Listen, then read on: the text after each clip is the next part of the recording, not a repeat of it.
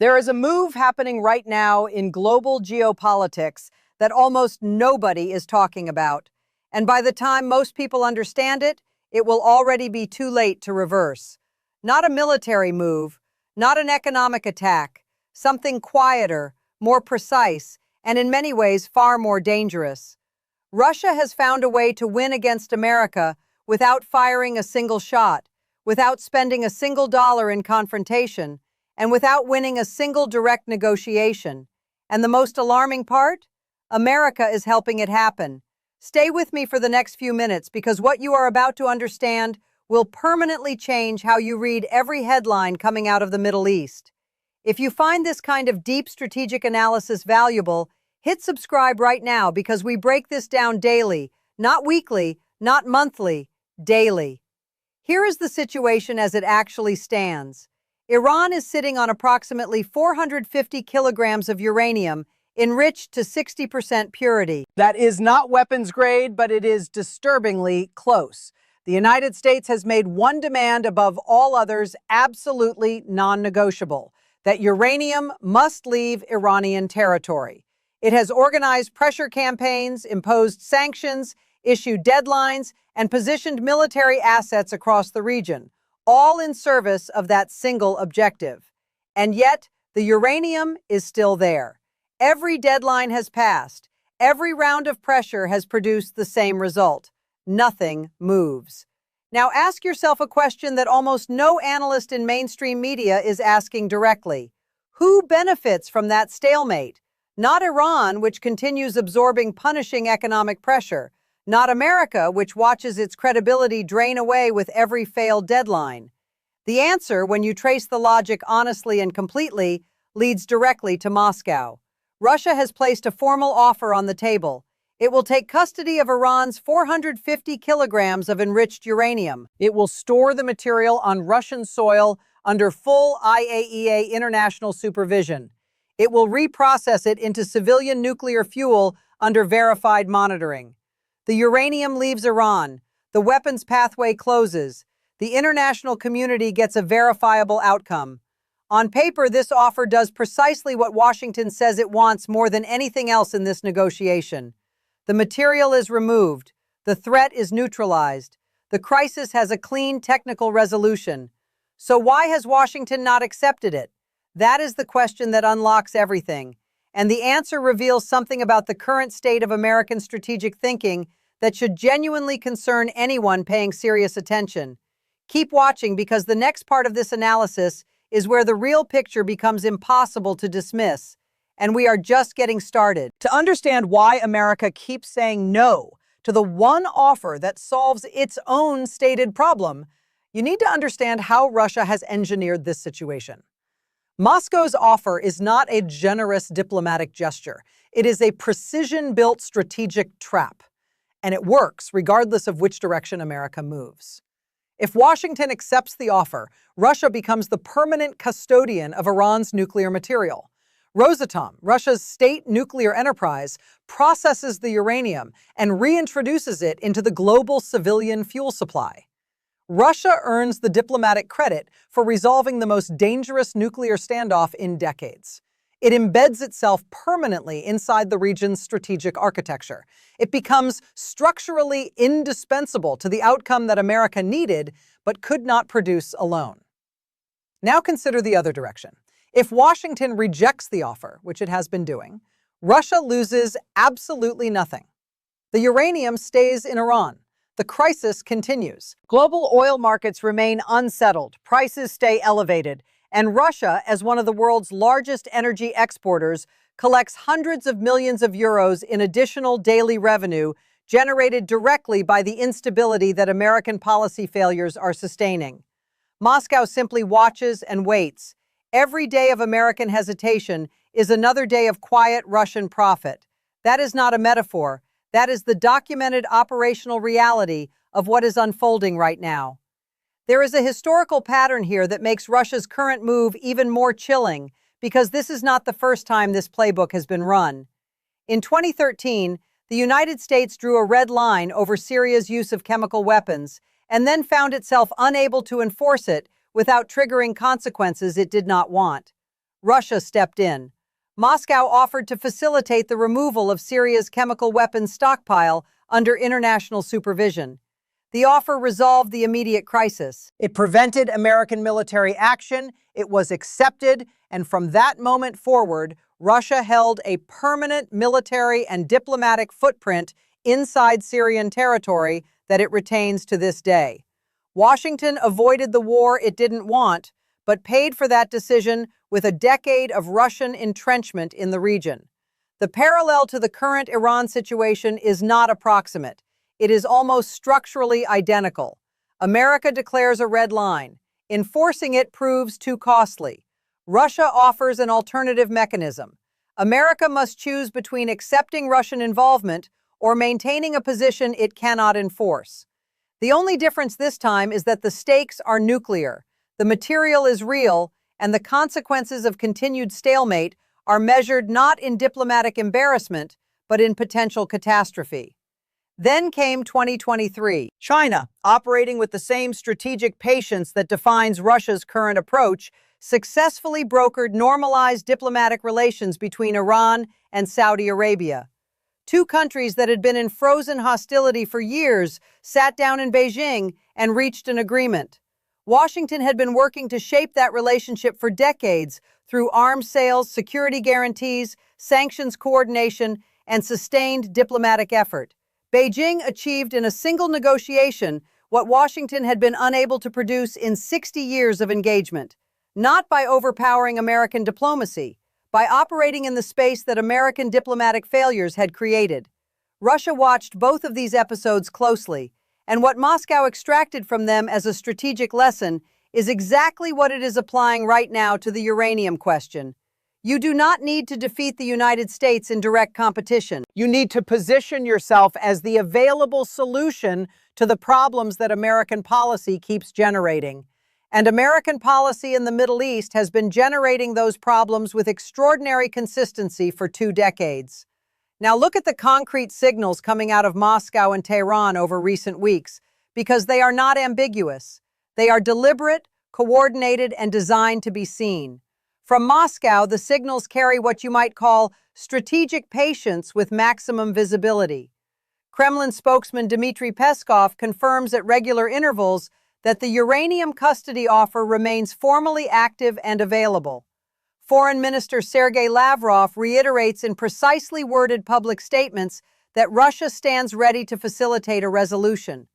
The Russian Foreign Ministry publishes the language of its diplomatic communications with careful precision, ensuring those communications become part of the permanent public record.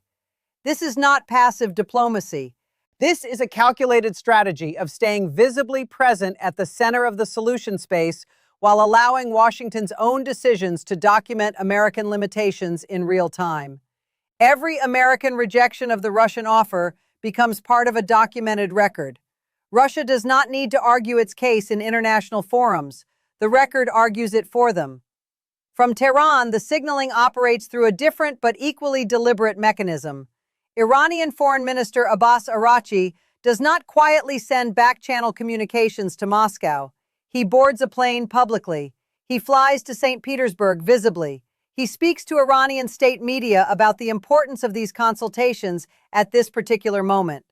Every element of that sequence is intentional and designed for maximum observation. Iran wants Washington to watch its foreign minister sit with Putin. It wants Gulf states to observe Tehran engaging Russia as its preferred diplomatic partner under pressure. It wants the international community to understand that Iran has options, that the Russian mechanism exists, is being actively developed, and that the only missing variable is American willingness to accept it. And then there is the Strait of Hormuz dimension that adds hard operational weight to all of this signaling. Iran's confirmation that it will ensure unimpeded passage for Russian vessels and cargo through the strait is not a symbolic courtesy. It is a tangible bilateral commitment with real commercial consequences. Russia secures access through the most critical energy corridor on the planet. Iran secures Russian diplomatic backing at the moment of maximum external pressure. And Washington watches a concrete operational arrangement solidify between two of its primary strategic competitors at the world's most consequential maritime choke point. Here is where the real-world costs become impossible to dismiss as abstract geopolitical theory. When uncertainty around the Strait of Hormuz pushed global oil prices toward the $120 per barrel range, the impact was immediate and universal. Every country dependent on Gulf energy flows absorbed the increase. Every consumer in every connected market paid more for transportation, heating, manufacturing, and every product that requires energy in its supply chain. And who collected the gains from that price elevation? Russia. As one of the largest energy exporters on Earth, every dollar increase in the global oil price translates into direct additional revenue flowing into the Russian state. During peak tension periods in the current crisis, Russia was reportedly generating hundreds of millions of euros per day in additional energy income above pre-crisis baseline levels. That is not a theoretical or indirect benefit. That is a direct financial transfer from global consumers to Moscow, produced entirely by a crisis that American strategic choices have failed to resolve. And here is the dimension that makes the full picture genuinely alarming. In response to the energy shock generated by Gulf instability, the United States loosened pressure on Russian oil flows to stabilize global supply. Read that again carefully. America was simultaneously applying sanctions pressure on Russia in one theater, while relieving that same pressure in another theater to manage the consequences of a crisis it had helped create in a third theater. These are not isolated policy errors. They are the outputs of a strategic framework that was designed for a unipolar world being applied to a multipolar reality at full operational speed. Now, the counter-argument deserves a serious hearing because intellectual honesty requires engaging with the strongest version of the other side rather than a version constructed to be defeated. Washington's concerns about the Russian mechanism are not invented. Rosatom already holds significant leverage over the global civilian nuclear fuel market. If Russia takes custody of Iran's enriched uranium, processes it, and reintroduces it into the commercial fuel supply, that expands Moscow's structural leverage over every country dependent on Russian nuclear services. That is a genuine long-term strategic cost that deserves real weight. There is also a legitimate proliferation precedent concern. If Washington accepts Russian custodianship of Iranian uranium today, what signal does that send to the next government contemplating its own nuclear enrichment program? That the formula for retaining nuclear infrastructure is to develop enough material that Russia offers to manage it on your behalf. That is not an irrational concern, and there is a reasonable question about whether Russia can be trusted to honor custodianship terms indefinitely when Russian strategic interests shift, which they do. These concerns are real, and they deserve acknowledgement without dismissal. But here is the question none of these counter-arguments can cleanly answer. What is the actual available alternative? Not the preferred alternative in an ideal world with ideal leverage. The alternative that exists given current constraints, current alignments, and current reality. Because if the honest answer to that question is continued stalemate, sustained elevated energy prices, incremental erosion of Gulf relationships, and Iran's uranium stockpile remaining inside Iran indefinitely, then the cost of rejecting the Russian mechanism needs to be weighed against that specific reality, not against a better outcome that no one has yet demonstrated how to achieve. What happens next follows a trajectory that is not difficult to project based on the strategic logic that has just been laid out. Russia will continue its strategy of patient, visible presence. Expect Moscow to reaffirm at regular intervals that the uranium custody offer remains standing. Expect Lavrov to continue inserting the Russian framework into every relevant diplomatic conversation. Expect the Kremlin to maintain its public posture of constructive availability while privately calculating that American hesitation is generating more strategic value for Moscow than any aggressive move could. Iran will continue its dual-track approach of public defiance combined with active private diplomatic engagement through intermediaries, including Pakistan, Oman, and others. The combination of public resistance and private conversation is not contradiction. It is the only politically sustainable posture for Iranian leadership inside a volatile domestic environment. China will maintain its strategic silence while continuing the economic relationships that give Iran precisely enough breathing room to absorb external pressure without reaching the breaking point Washington's campaign was designed to create. Beijing's calculation is straightforward. Every week this crisis runs without resolution is another week in which American diplomatic credibility takes measurable damage. Gulf states move incrementally toward alternative security arrangements, and the multipolar international order China is systematically constructing becomes more established as the actual operating reality of global politics. The United States entered this crisis holding structural advantages that almost no other country possesses: sanctions leverage, unmatched military deterrence, 60 years of Gulf security relationships built through sustained commitment, and a clear, singular, stated demand: remove the uranium. Russia entered this situation holding none of those advantages. No sanctions leverage over Iran, no comparable military footprint in the Gulf, no decades-long history of regional security relationships. What Russia had was patience, a proven technical mechanism from the JCPOA era, and the strategic clarity to understand that it did not need to win. It simply needed America to keep losing. And here is the paradox that makes this entire situation so strategically revealing. America's structural advantages have not disappeared. The sanctions pressure is real. The military deterrence is real. The Gulf relationships, while strained, still exist and still matter. But none of those advantages have produced the one outcome they were assembled to achieve. The uranium is still in Iran, and Russia's single available asset, its willingness to serve as custodian of a solution that America needs but refuses to accept, has proven more consequential in practice than all of Washington's structural advantages combined. That is not a statement about Russian strength. It is a precise statement about how completely the current American strategic framework has failed to convert its advantages into outcomes. So here is the position we are actually in. Russia does not have superior military power in the Middle East. It does not have deeper economic leverage. It does not have stronger relationships with Gulf states. What it has is a no-lose structural position on the single most consequential question in the current crisis. And it built that position not through aggression, not through confrontation, not through any move that Washington could point to as a provocation, but through patience, precision, and the willingness to offer a solution to a problem that America created and cannot resolve alone. Every day the uranium remains in Iran, Russia wins. Every day Washington declines the only proven removal mechanism, Russia wins. Every day the crisis continues and energy prices stay elevated, Russia wins. Russia does not need a decisive breakthrough.